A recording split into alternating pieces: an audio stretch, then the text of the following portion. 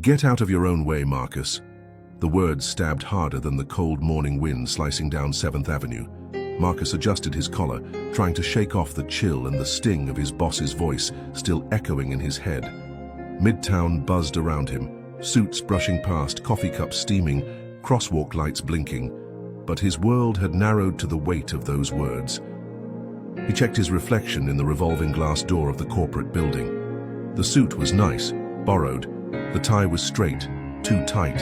The eyes staring back, lost. How had it come to this? Just 3 months ago, Marcus had walked into Adler & Keyes Consulting with the kind of grin that came from months of preparing, rehearsing, dreaming. But all it took was one project fumble, one executive eye roll, one missed deadline, and suddenly, he was the guy with potential who never followed through. He stepped into the lobby. Marble floors, polished desks, artificial smiles. He could feel the security guard's eyes on him again. Ever since Marcus started coming in before dawn, leaving long after everyone else, even the guards seemed to doubt his place there. "You all right?" Sandra, the front desk receptionist, asked, her voice low, concerned. Marcus nodded too quickly. "Just thinking." He rode the elevator alone, watching the numbers blink upward. Floor 18, floor 23, stop. The doors opened to silence. The office was still dark, save for the dim light from the city skyline pressing in through the massive windows.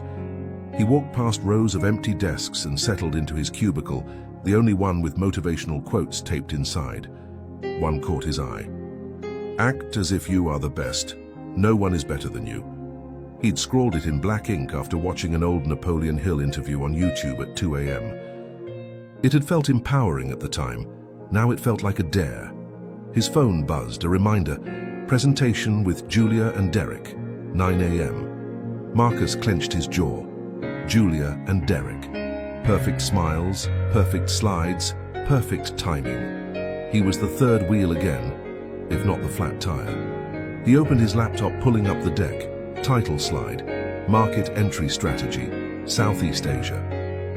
He had contributed the research, weeks of it, but somehow it would be Julia presenting the data, Derek handling the pitch, and Marcus operating the clicker, maybe. Act as if you are the best. The words echoed. He stood up. Enough. He walked straight into the glass conference room, heart pounding, and began rehearsing aloud. Alone, no slides, no notes. His voice cracked at first, then steadied. Stronger, clearer, louder. He wasn't asking to be heard anymore. He was making himself impossible to ignore. Sandra watched from the reception desk, eyebrows raised. "Who's he talking to?" the guard asked. Sandra smiled faintly. "Maybe someone he should have been listening to all along." "Marcus, we don't have time for surprises." Julia's voice was sharp, clipped, like her blazer. She didn't even look up from her tablet as she walked into the conference room with Derek trailing behind, sipping his cold brew like it was confidence in a cup. "I'm not a surprise," Marcus replied, standing at the head of the table. His posture was different now, shoulders back, eyes steady. "I'm part of the team." Derek chuckled softly, like he couldn't help himself. "Right, of course. But the client expects Julia to lead this one." "And she will," Marcus said. "But I'm presenting the market data. I did the groundwork. I understand the variables better than anyone here." Julia finally looked up. Her eyes flicked toward Derek. "Let's just get through this, no drama." Marcus opened the laptop and clicked through the deck. Slide by slide, he spoke. Not read, not recited, but owned the information. As he laid out the growth metrics, the regulatory shifts, and the unexpected consumer behaviors in Vietnam and Thailand, a subtle shift happened in the room. Julia stopped checking her tablet. Derek stopped sipping his coffee. By the time Marcus outlined the risk mitigation model, the only sound was the low hum of the ceiling vent and the distant honk of a taxi horn 17 floors below. When he finished, he looked at them both. No apology, no explanation. "I don't want credit," he said. "I want results." Julia didn't say anything at first, just closed her tablet. Her mouth twitched, almost a smile. "We'll let you lead that section," she said. "Don't make me regret it." Marcus nodded once. You won't. As they left the room to prepare for the actual client pitch, Marcus lingered a moment longer, staring at the skyline. From this height, even the city looked conquerable. He wasn't naive. One good presentation wouldn't rewrite his entire narrative in the firm, but it was a crack in the wall.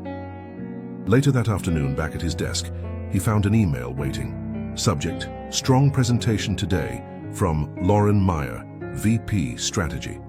Just that. No signature, no emojis, no fluff. Marcus leaned back, a slow breath escaping his lungs. Then his phone rang. Mom. He hesitated. It had been a week since he last picked up. After his father's passing, conversations with her always danced between support and subtle guilt. He answered, "Hey, Ma." "Hi, sweetheart." Her voice was tired but soft. "Just wanted to hear how your week's going." Marcus looked around the office, the artificial lighting, the recycled air. The walls too white to feel real. "It's turning," he said. "I think it's finally turning. I never doubted it," she whispered. "I just wish you didn't have to fight so hard to be seen." He smiled faintly. "Sometimes it's not about being seen, it's about seeing yourself clearly first." It was nearly midnight when Marcus walked into the 24-hour gym across from his apartment in Queens. Fluorescent lights flickered overhead, and the faint scent of metal and old sweat lingered like a constant reminder. Transformation had a price. He tossed his bag in a corner and headed straight to the free weights. No warm-up, no playlist, just silence and the rhythm of repetition. 1, 2, 3. Each rep felt like an argument with his past self. Every strained breath reminded him how many nights he'd wasted scrolling through social media, comparing, doubting, shrinking. A mirror ran the length of the wall, and he caught a glimpse of himself mid-lift. Not just the physical, though the muscle tone was coming back, but the focus, the tension in his jaw, the way he refused to look away. Across the room, a guy in his 40s wearing an NYPD hoodie dropped a dumbbell and gave him a nod. Not friendly, not approving, just respectful. Marcus returned it. 10 more minutes. 20. Time slipped. He wasn't chasing vanity. He was chasing consistency, the kind of discipline that didn't show up on LinkedIn or performance reviews. The kind of work no one applauded, but everyone felt in the long run. As he cooled down, stretching beside a punching bag, he overheard 2 trainers talking near the entrance.